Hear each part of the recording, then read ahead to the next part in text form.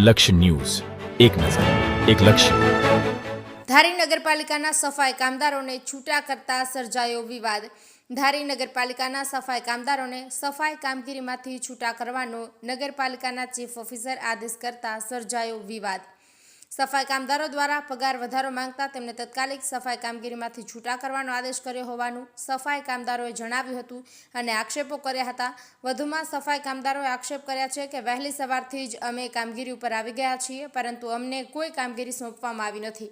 સફાઈ કામદારો દ્વારા વધુ આક્ષેપ કરતા જણાવ્યું કે અમારું શોષણ જ થાય છે. નગરપાલિકાના ચીફ ઓફિસર દ્વારા જણાવવામાં આવ્યું કે પ્રાદેશિક કમિશનર દ્વારા પૂર્વ મંજૂરી લઈને જ સફાઈ કામદારોની નિમણૂક કાયમી કે આઉટસોર્સ કે પછી રોજમદારમાં કરવાની હોય છે, જે પ્રક્રિયા હાલ પ્રગતિમાં અને મુખ્ય કચેરીથી સૂચના આવ્યા બાદ આગળની કાર્યવાહી હાથ ધરવામાં આવશે. ટીનુભાઈ લલિયા, અમરેલી. સફાઈ કામદારોનો કોઈ વિવાદ સામે આવ્યો છે? આજરોજ 22 ઓગસ્ટ 2025ના રોજ મને સવારે 7:30 જાણ થઈ કે સફાઈ કામદારો જે ગ્રામ પંચાયત વખતેના હતા તે લોકોને એક ફિક્સ વેતન તરીકે રાખવામાં આવ્યા હતા અને હવે એ લોકોને એવી માંગણી છે કે અમે રોજમદાર તરીકે પગાર ચૂકવવો અથવા કામ બંધ કરી દેવાનું છે. હવે કમિશનર શ્રી મ્યુનિસિપાલિટી એડમિનિસ્ટ્રેશનની કચેરી ગાંધીનગર તરફથી મળેલ સૂચના મુજબ જેનો પત્ર 3/1/2025 થયેલ છે, જેમાં રોજમદાર અથવા કરાર આધારિત કર્મચારીઓની નિમણૂક કરતાં પહેલાં માનનીય કમિશનર સાહેબ શ્રી RCM ભાવનગરની પૂર્વ મંજૂરી લેવાની થતી હોય અને જો આ પ્રક્રિયા ફોલો કરવામાં ના આવે તો ચીફ ઓફિસર શ્રીની અંગત જવાબદારી ગણવામાં આવે છે.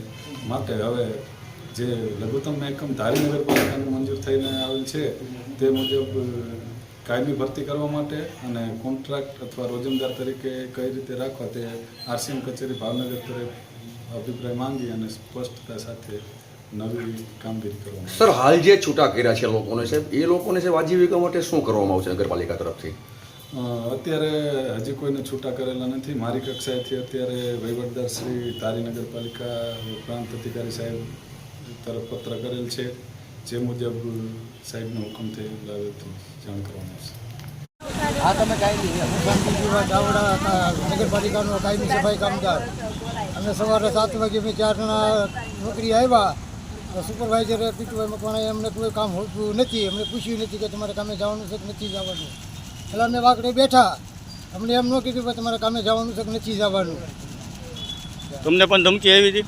હા, અમને ધમકી દીધી. શું કીધું તમને? અમને એવું કીધું કે રોજમદાર છૂટા કરીશું પણ કાયમી નહીં છૂટા.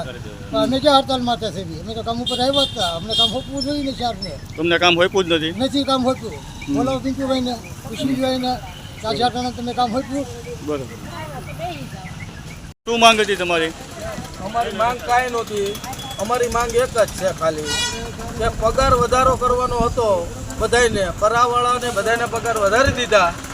તો અમારા સફાઈ કામદાર 13 જણા હતા તો એને બાકાત હુકામ કર્યા. બરોબર છે. ઓફિસમાં પૂછવામાં આવ્યું તો એવું કીધું કે ચીફ ઓફિસરે ના પાડ્યો કે એ 13 જણા જે છે એ યથાવત ભલે એમને રહ્યા, પણ કયા કારણોસર એમ કરાવાળાને જો બધાને પગાર એ ચૂકવ્યા હોય તો અમારા સફાઈ કામદારને ચૂકવવા જોઈએ ને. એટલે ઈરાદાપૂર્વક સફાઈ કામદારનું શોષણ કર્યું છે. બરોબર છે.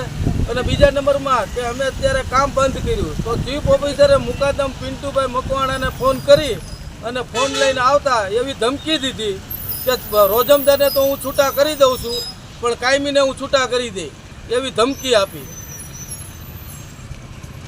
અને પગાર પૂરેપૂરો આપ્યો 13,500 અમને 7,000 જ આપ્યો. કેમ અમે મહેનતાણું પૈસા નહીં આપવાનું અમને, અને અમારા રોજ આડે ધડ ઉડાડી દે છે. એનું કારણ શું? તમે જોવો, અમારી કામગીરી જોઈને અમને અમારો પગાર આપો. અમારા પગાર બિલ જોવો અને બીજાના પગાર બિલ જોવો. છતાંય અમને આવું કરે છે. એમ નહીં, અમારા પગાર બિલ જોવો અને બીજાના પગાર બિલ જોવો, કેટલો તફાવત છે. એટલે સફાઈ કામદાર હારે શોષણ થાય છે. હાથથી નહીં, બધા કરતા જ આવે છે અને અમારું પૂરું મહેનતાણું નથી મળતું. અને આ સાહેબ અમને ઉતારી મેકવાની ધમકી દે.